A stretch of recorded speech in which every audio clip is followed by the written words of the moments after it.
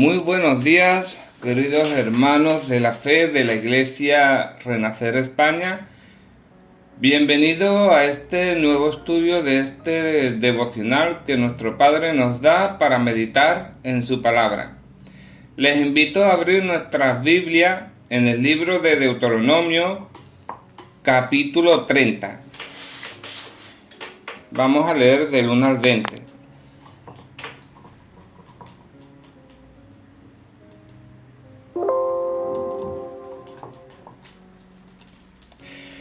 En ella se habla sobre las condiciones para la restauración y la bendición.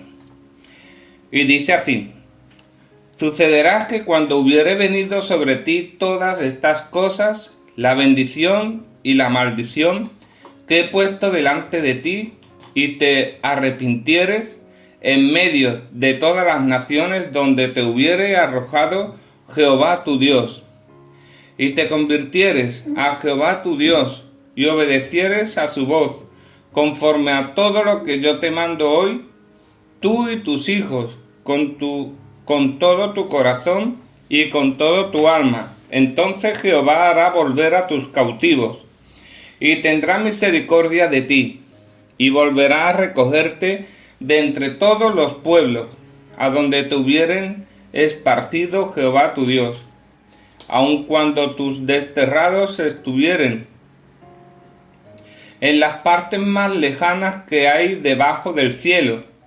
De allí te recogerá Jehová tu Dios, y de allá te tomará. Y te hará volver Jehová tu Dios a la tierra que heredaron tus padres, y será tuya. Y te hará bien, y te multiplicará más que a tus padres. Y circuncidará Jehová tu Dios tu corazón, y el corazón de tu descendencia, para que ames a Jehová tu Dios con todo tu corazón y con toda tu alma, a fin de que vivas. Y pondrá Jehová tu Dios todas estas maldiciones sobre tus enemigos y sobre tus aborrecedores que te persiguieren. Y tú volverás y oirás la voz de Jehová, y pondrás por obra todo su mandamiento que yo te ordeno hoy. Y te hará Jehová tu Dios abundar en toda obra de tus manos, en el fruto de tu vientre, en el fruto de tu bestia, en el fruto de tu tierra, para bien. Porque Jehová volverá a gozarse sobre ti para bien, de la manera que se gozó sobre tus padres, cuando obedecieres a la voz de Jehová tu Dios, para guardar sus mandamientos y sus estatutos escritos de este libro de la ley, cuando te convirtieres a Jehová tu Dios, con todo tu corazón y con toda tu alma, porque este mandamiento que yo te ordeno hoy no es demasiado difícil para ti, ni está lejos. No está en el cielo, para que digas: ¿quién subirá por nosotros al cielo y nos lo traerá y nos lo hará oír para que lo cumplamos? Ni está al otro lado del mar, para que digas: ¿quién pasará por nosotros el mar para que nos lo traiga y nos lo haga oír, a fin de que lo cumplamos? Porque muy cerca de ti está la palabra de tu boca y en tu corazón, para que la cumplas. Mira, yo he puesto delante de ti hoy la vida y el bien, la muerte y el mal. Porque yo te mando hoy que ames a Jehová tu Dios, que andes en sus caminos y guardes sus mandamientos, sus estatutos y sus decretos, para que vivas y seas multiplicado. Y Jehová tu Dios te bendiga en la tierra a la cual entras para tomar posesión de ella. Mas si tu corazón se apartare y no oyeres, y te dejares extraviar, y te inclinares a dioses ajenos, y les sirvieres, yo os protesto hoy que de cierto pereceréis. No prolongaréis vuestros días sobre la tierra, a donde vais, pasando el Jordán, para entrar en posesión de ella. A los cielos y a la tierra llamo por testigo hoy contra vosotros, que os he puesto delante la vida y la muerte, la bendición y la maldición. Escoge, pues, la vida para que vivas tú y tu descendencia, amando a Jehová tu Dios, atendiendo a su voz y siguiéndole a Él, porque Él es vida para ti y prolongación de tus días, a fin de que habites sobre la tierra que juró Jehová a tus padres, Abraham, Isaac y Jacob, que les había de dar. Aquí vemos cómo la restauración, vemos por una parte la restauración del pueblo de Israel. La estructura de este capítulo está relacionada con las maldiciones del pacto mencionadas. Esta sección claramente enseña la consecuencia de la desobediencia, la dispersión de Israel entre las naciones. La palabra dispersado solamente aparece aquí en Deuteronomio, pero la misma palabra aparece para describir el exilio de Judá. Pero más allá de la maldición del exilio está la promesa divina de restauración. En su exilio, Israel tendría la oportunidad de reflexionar sobre la promesa de bendición y la consecuencia de la maldición del pacto. Exilio y deportación eran comunes en las guerras de conquista de las naciones del Antiguo Oriente. En la historia de Israel, tanto el reino del norte, Israel, como el reino del sur, Judá, sufrieron la aflicción de la deportación y exilio por manos de los asirios y de los babilónicos. Pero para Moisés, el exilio no era el capítulo final en la historia del pueblo de Dios. El exilio enseña el fracaso del Israel histórico, pero la restauración de Israel demuestra la fidelidad de Dios en cumplir sus promesas.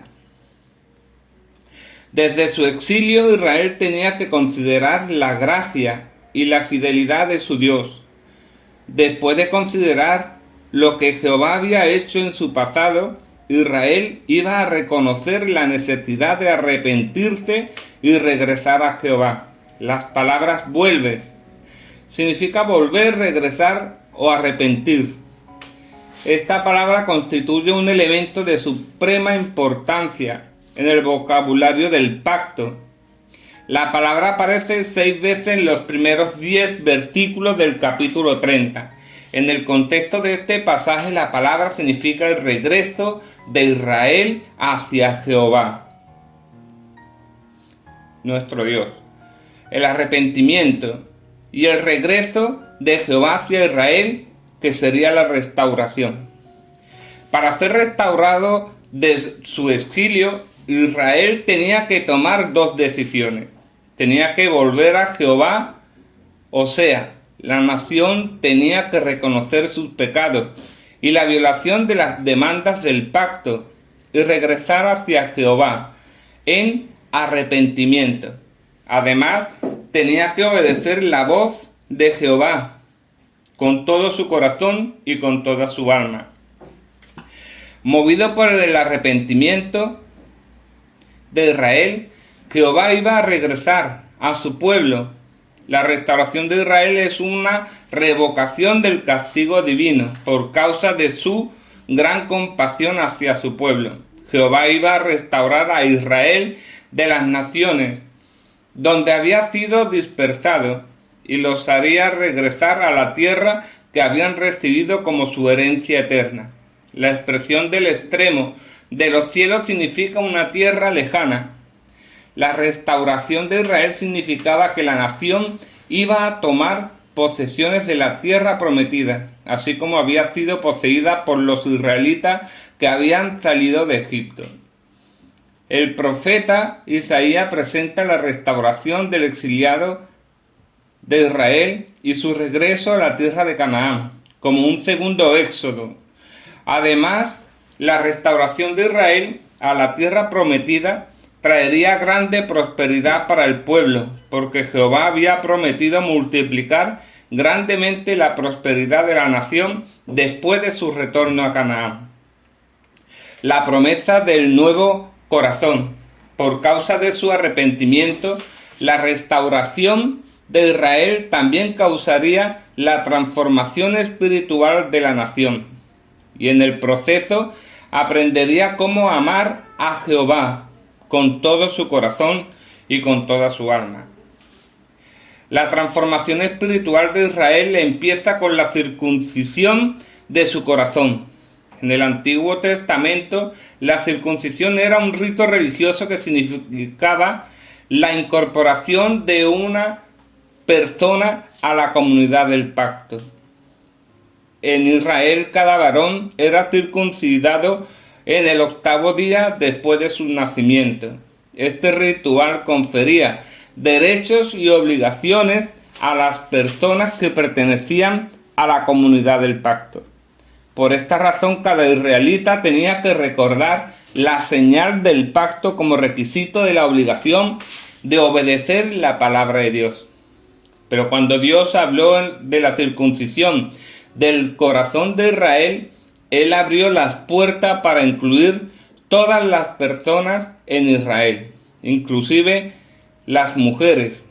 La circuncisión del corazón implica completa obediencia a la palabra de Jehová, no solamente para los varones israelitas, sino también para todas las personas en Israel que deseaban una relación más íntima con Dios. La transformación espiritual de Israel era al mismo tiempo la transformación de su corazón, de su actitud hacia Dios. El resultado de esta renovación espiritual era que Israel iba a aprender a amar a Dios con todo su corazón y con toda su alma. Estas palabras hacen referencia al Shema, donde Israel es exhortado a amar a Dios. Escucha, Israel, Jehová nuestro Dios, Jehová uno es. Y amarás a Jehová tu Dios con todo tu corazón, con toda tu alma y con todas tus fuerzas. El verdadero amor hacia Dios es el resultado de un corazón transformado espiritualmente. Ninguna persona puede amar a Dios así como Dios demanda si no tiene un corazón transformado. Esta transformación espiritual es el resultado del arrepentimiento del pecado y de la obediencia a Dios. El nuevo corazón es parte integral del nuevo pacto. El profeta Ezequiel declara que cuando Jehová circuncide el corazón de Israel, Él pondrá su espíritu en el pueblo, y ellos vivirán según sus leyes y obedecerán sus decretos. La transformación de Israel resultaría también en una nueva vida para el pueblo de Israel, una nueva vida en obediencia y servicio a Dios. Parte de la bendición de Israel era ver el castigo de las naciones que habían causado su exilio. La maldición del pacto que había caído sobre Israel por causa de sus pecados, iba a caer ahora sobre sus enemigos. Las naciones que antes sirvieron como agentes de la justicia divina sufrirían el castigo por haber oprimido al pueblo de Dios. Pero el nuevo Israel, el Israel restaurado, iba a aprender cómo obedecer la voz de Jehová y cómo guardar los mandamientos de su Dios. La obediencia de Israel traería bendición y prosperidad. Esta bendición está predicada en la lista de bendiciones asociadas con el pacto y mencionadas. La Biblia claramente declara que Jehová se deleita en bendecir a su pueblo. Jehová desea la obediencia de su pueblo. Y Él mismo toma la iniciativa de proteger y prosperar a Israel, con tal de que Israel escuche su voz, guarde sus mandamientos escritos en el libro de la ley y regrese a Él con todo su corazón y con toda su alma. El libro de la ley en el contexto de este pasaje es una referencia a las leyes escritas en el libro de Deuteronomio. Después de haber considerado la bendición de la obediencia y la consecuencia de la desobediencia, el pueblo es una vez más exhortado a tomar la decisión de obedecer la palabra de Jehová y vivir lo que Jehová demandaba de Israel, que no era imposible. Este mandamiento que te mando hoy no es demasiado difícil, o sea, no está más allá de la comprensión humana. La palabra de Dios puede ser entendida por cada persona a pesar de las limitaciones humanas. La palabra que Dios había dado a Israel no estaba en el cielo, ni escondida, ni inaccesible para el ser humano. Por lo contrario, la palabra estaba con ellos, porque había sido claramente revelada por Moisés. Tampoco estaba la palabra al otro lado del mar, en una tierra extraña, escrita en un idioma que nadie podía entender. No era necesario ir a lo más distante de la tierra, ni era necesario un intérprete para hacer que Israel entendiera la palabra y obedeciera lo que Dios había enseñado por medio de Moisés. Las dos preguntas en las que son retóricas y procuran hablar a las personas que, en su deseo de evadir la responsabilidad que la ley imponía sobre cada israelita, declaraban que la ley era muy difícil de entender, por lo tanto, imposible de ser obedecida. La palabra que Dios había revelado a Israel era accesible a cada persona en Israel. La palabra estaba con ellos, y ellos en tu boca y en tu corazón. Porque Jehová también había revelado su Torá por medio de Moisés. La palabra estaba al alcance de todos los ciudadanos, todos los hijos del pueblo de Israel. Y cada israelita estaba familiarizado con sus demandas. Todo lo que Dios deseaba de su pueblo, Él lo había revelado por medio de su siervo Moisés. Pablo usó esta misma idea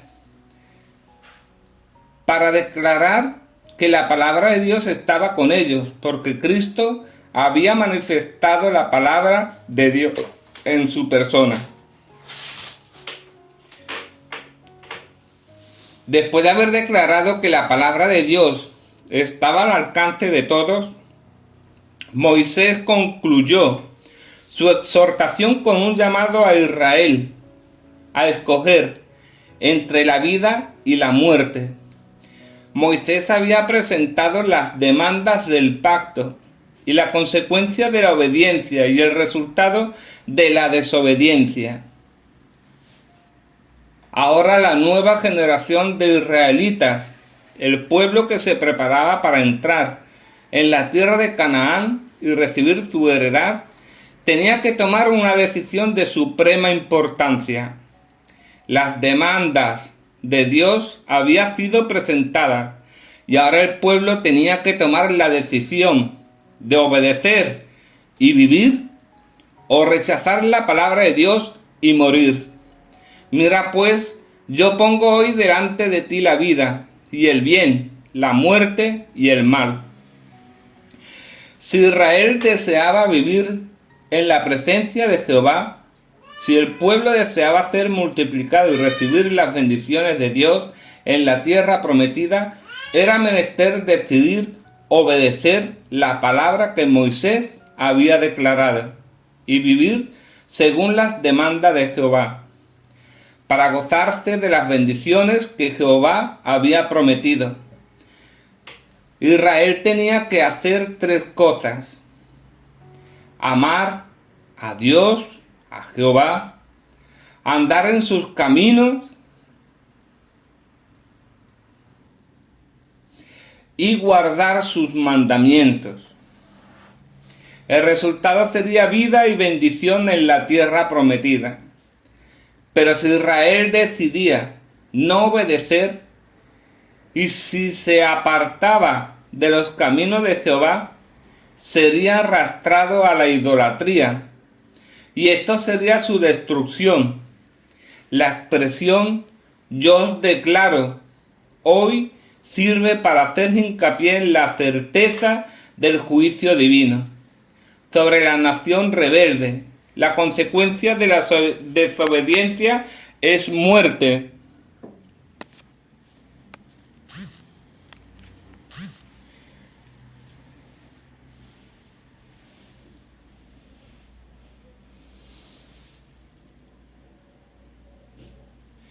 Muerte física y la muerte espiritual. De cierto pereceréis. La desobediencia trae consecuencias desastrosas. El pueblo sería removido de la tierra que Jehová había prometido dar a Israel como su herencia. El pueblo sería esparcido entre las naciones y se tornarían objeto de refrán y escarnio entre todos los pueblos. El juicio divino cambiaría la promesa de vida y bendición que Jehová había dado en una maldición que causaría la muerte de la nación. Por esta razón Moisés insta a la nueva generación de israelitas a tomar la decisión de escoger vida y no muerte. Este contraste entre vida y muerte es un motivo que aparece constantemente en el Antiguo Testamento. Actuando como el mediador del pacto, Moisés invoca a los cielos y a la tierra como testigo.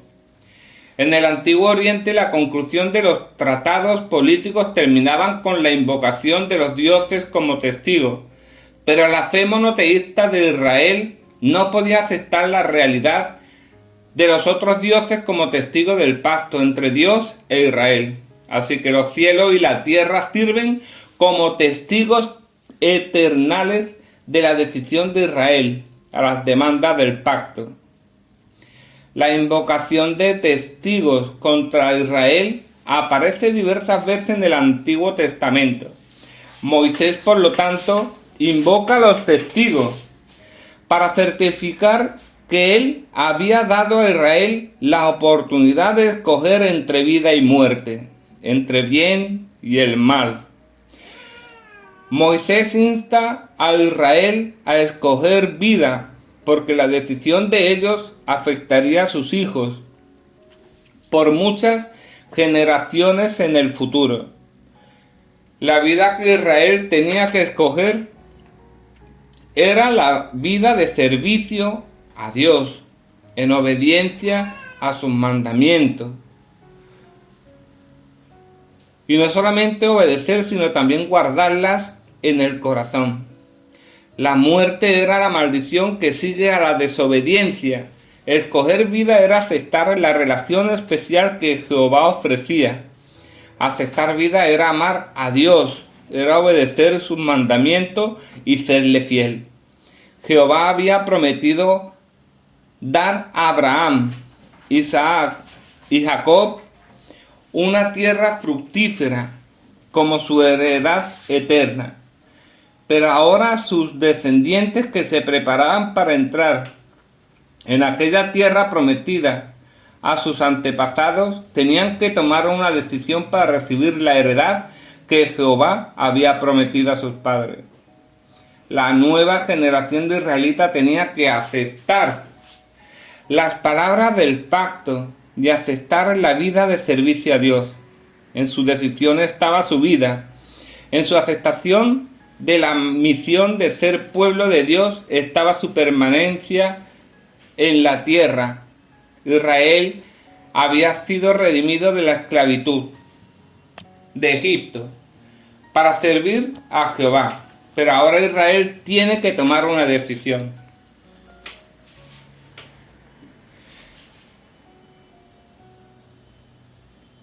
Aunque nuestras decisiones malas no afectan, no tienen por qué destruirnos. Saulo Por mucho tiempo estuve equivocado en cuanto a Cristo. Sin embargo, al saber la verdad, no se revolcó en su pasado. Se dedicó a seguir a Jesús. Se dedicó a Cristo.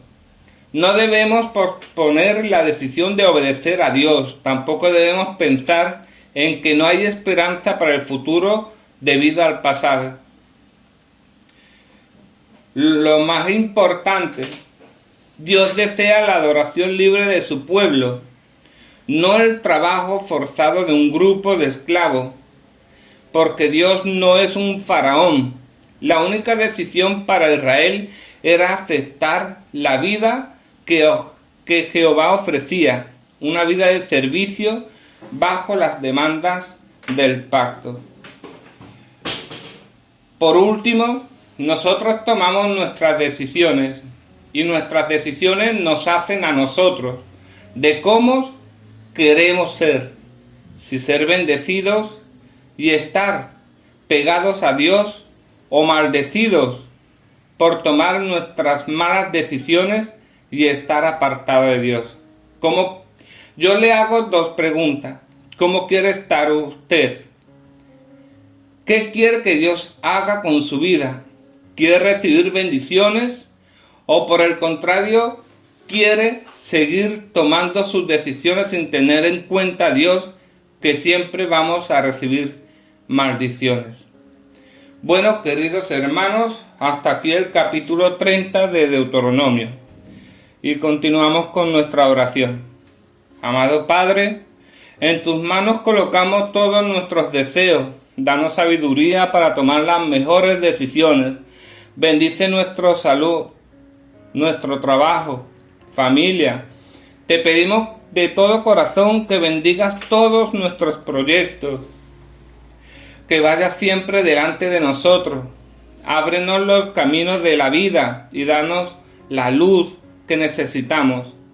Gracias por tu amor inagotable, por tu protección y tus bendiciones que das a nuestras vidas. Hoy, Padre, te entregamos todas nuestras preocupaciones, nuestros temores, nuestras vidas, nuestra familia, nuestro trabajo. Llévanos de tu mano para no apartarnos de tu camino. Ilumina mi camino, colma mi vida de bendiciones y haz que cada decisión que tome esté llena de tu infinita sabiduría. Amado Padre, llévate de mi vida las preocupaciones y dame la fuerza, valor y sabiduría para poder seguir adelante. Guía mis pasos y dame siempre tu amor y tus bendiciones. Padre Celestial, hoy elevo esta oración hasta ti para pedirte que nos mantengas a salvo de todo peligro, de los caminos sin salida, del enemigo malvado y de todos aquellos que quieran hacernos mal. Líbrame del odio disfrazado de amor y de la envidia disfrazada de afecto. Amado Dios, te pido que tu amor e infinita bondad sea siempre conmigo y permíteme siempre que tu divina intervención en el mundo se colme de justicia, de dicha, de bienestar y bendiciones. Amado Padre, para ti no existe imposible. Y es por eso que hoy te pido que me tomes de la mano, me guíes por el camino correcto, me permitas salir victorioso de cada prueba y que tu Espíritu venga a nosotros como hermoso rayo de luz y aclare toda duda y oscuridad en nuestras vidas. Te lo pedimos en el precioso nombre de Cristo Jesús. Amén y amén.